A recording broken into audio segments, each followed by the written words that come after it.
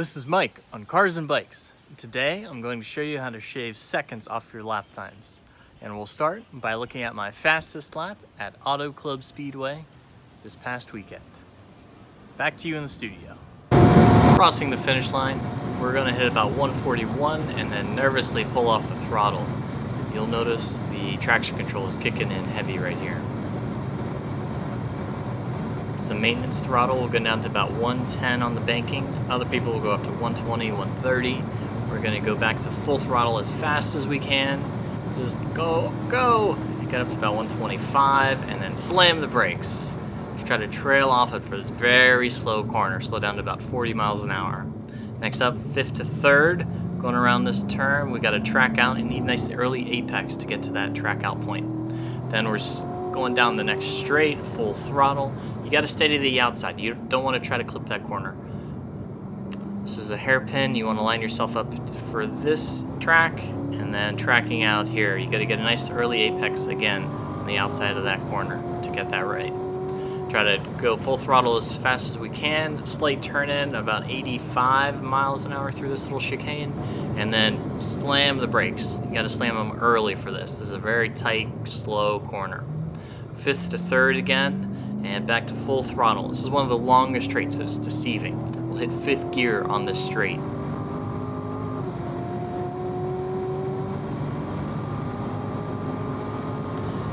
You'll notice I slammed the brakes before I even get to that first cone marker. You got to get on it early if you're going over 120 on that corner. We're going to coast around this and get back to third gear to power out of the corner. This is one of my worst corners of the whole track. A lot of speed left on the table there.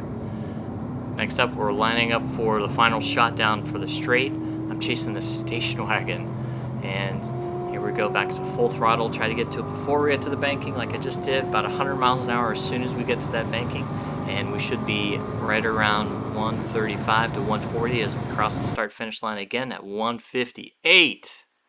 Back in the studio, complete with my nerd glasses, I can take us on a tour of the data. Now for starters, let's take a look at the out-of-the-box Cosworth toolbox that comes with GM's products. You can see my fastest lap at 158, and I can see things like my average speed is a little bit higher on this one than some of the other ones. There's a limit to the usefulness of some of this data. This shows my average speed is higher on my fastest lap than my other lap. So clearly the answer is to simply go faster. Now, if you can do that, great. Other people may want a little more guidance as to how to shave some time off. Other things, I can see max speed. It's a little bit lower on my faster lap than some of the other ones, so maybe I don't need to go quite as fast down that main straight. I don't know. Some of the data here doesn't really add up. There's kind of a limit to how much you can do with the stuff right out of the box. If I take a look at some of the corners, I can see things like the straights and the minimum speed on a corner. And it looks like if I go faster around the corners, then I can make it around the track a little faster. But I don't really know where I'm supposed to brake so that I get a faster minimum speed, or if I simply go around the corner a little bit faster. So I'm just trying to show some of the weaknesses with some of the out-of-the-box tools. Now let's switch over to another tool that the Hypo Driver YouTuber has done a video series on. Now for the tool that I really like, we have the Pi Toolbox. And I've started with a map of Auto Club Speedway LA. We just watched the fastest flying lap, and I want to talk about Sector 1, which starts from the start-finish line and goes down the end of the main straight, around the very steep banking, and then back towards this first corner number 2, if you want to call it that. This little purple line is the end of that sector. So keep that sector in your mind as we talk through some of the data. And when I look at the split report, I can see that my fastest lap on this outing in the afternoon when it was hotter was about 2 minutes and 1 second. And that had several very good times. And the first sector, lap number 3, was actually faster. So I might want to compare why I was faster on lap number 3 than I was on lap number 4, and try to figure out why there's this half a second differential, so that hopefully sometime in the future I could get that half a second back on my fastest lap. Now remember, I was half a second faster on sector number 1, and I was faster on lap number 3, the green line, and I was slower on number 4, the red line. Now for the green line, you can see at the top, I was on the accelerator for longer.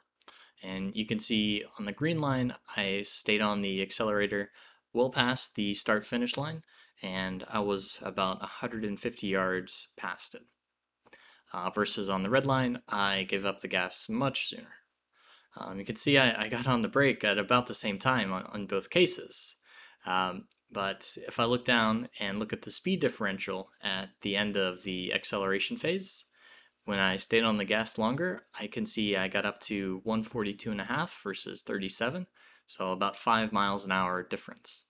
And that green line is on top of the red for the speed trace all the way through this braking zone. This is a very long corner, long straight, so that 5 miles an hour makes a big difference. You can see the time delta get larger and larger and kind of hits a max, at least for this period, until we get to the end of the braking phase.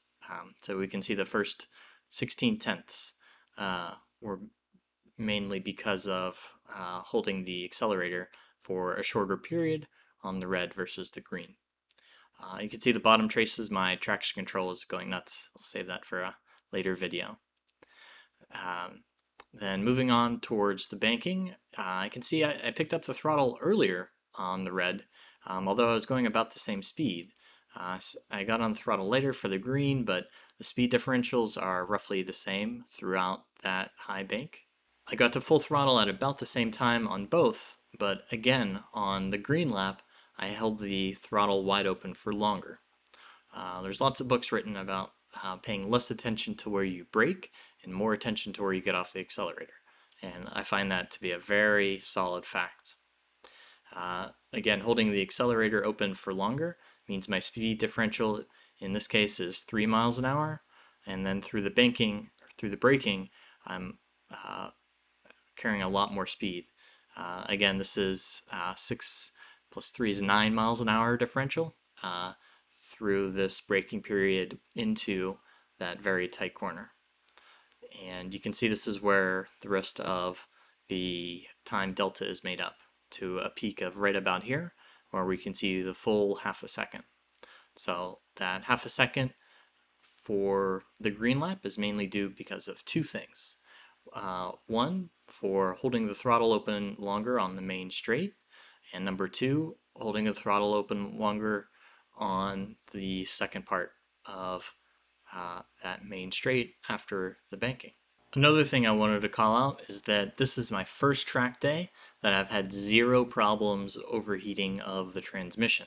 And I think it's due to not using second gear while on the track. You can see that even while entering this chicane, I start out in 5th, I go down to 4th, and then eventually I end up in 3rd gear, going about 42 miles an hour. You could probably pull second gear and get a little stronger pull out of that corner. However, I found with the C7 Corvette, with the automatic, the 8-speed, going into second gear means you're going to have issues very quickly. And avoiding second gear and simply using third and giving up a little bit of the torque at the beginning of the corner has made it a lot easier experience being on the racetrack, not worrying about overheating at all. And let me switch over to another case where I can show a trace where I accidentally went into second gear and just about immediately had some issues. Now I pulled up another session where I accidentally went into second gear, and you can see that I was in 4th, and then going into one of the slower corners, I accidentally pulled it into second gear. And I tried to get back on the gas, and eventually when I got to this, I was in 3rd gear, and I wanted to shift up to 4th, and I got the dreaded shift denied. And I was thinking, I just switched into 2nd, and all of a sudden I get shift denied. And I'm not really sure exactly why I've gotten this issue. As I turn on my transmission oil temp, I can see it's roughly stable. It's gotten up to maybe 135, but it hits 135 frequently all throughout the racetrack. I look at other things like my oil temperature, and again, that's not changing a whole lot. Um, so it was a little high, and even as I go into second gear, I don't really see a change. And you see, I hit the issue here, and all the temps appear to be steady. The transmission is even going down in temperature by 1 degree Celsius. So I haven't really figured out why I'm getting the issue, but it appears to be caused by going into second. The root cause remains unknown. The last thing I'll leave you with is a look at the traction control. And on the front straight, you can see that roughly as soon as I let off the gas on the red line, the traction control down below shows the traction control is activated. So here I'm coasting around the racetrack, which in general is a bad thing. And you can see that the traction control stays on through the braking. And for the red line, it stays on roughly until I get back onto the gas and get about 10% on the accelerator, at which point the traction control will turn off and give me back full throttle. You can see the same thing happening on the green trace. You can see I start picking up the throttle on the green lap here, and the traction control has a corresponding drop. So maybe the trick is to get on the throttle earlier, and it's not going to try to pull the traction control for me. Then again, the other side is I'm not sure how much the traction control is really helping me if it's only turning on while I'm either coasting or on the brakes. I feel like I really want it to help me out on corner exit, but I'm not sure it's really doing that for me. Anyways, this has been an exciting deep dive into some data. I hope you've learned something. Signing off. This is Mike on Cars and Bikes.